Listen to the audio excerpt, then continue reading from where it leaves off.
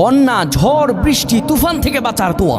এই বন্যায় আক্রান্ত হয়ে চট্টগ্রামের মানুষরা খুব ভয়াবহ অবস্থায় আছে। আপনি যদি এই দোয়াটা পড়েন, যতই বন্যা হোক, যতই জলোচ্ছ্বাস হোক, আল্লাহ তাআলা আপনাকে সেই কবল থেকে বাঁচিয়ে দিবেন এবং আকস্মিক বিপদ থেকে আল্লাহ তাআলা আপনাকে বাঁচিয়ে দিবেন। আল্লাহ তাআলা আপনাকে কঠিন বিপদে ফেলবেন না।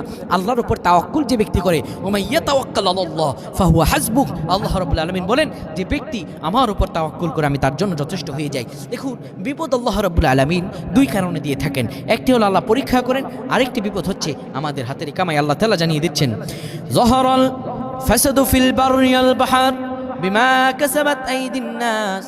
জলস্থলে যতগুলো বিপর্যয়ে ছড়িয়ে পড়ে, যতগুলো বিপদ আসে, বিমা কাসাবাত আইদিন নাস, সবগুলো হলো মানুষের হাতের কামাই।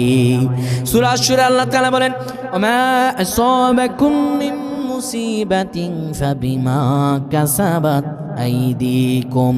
যত তোমাদের উপর মুসিবত অর্পিত হয়,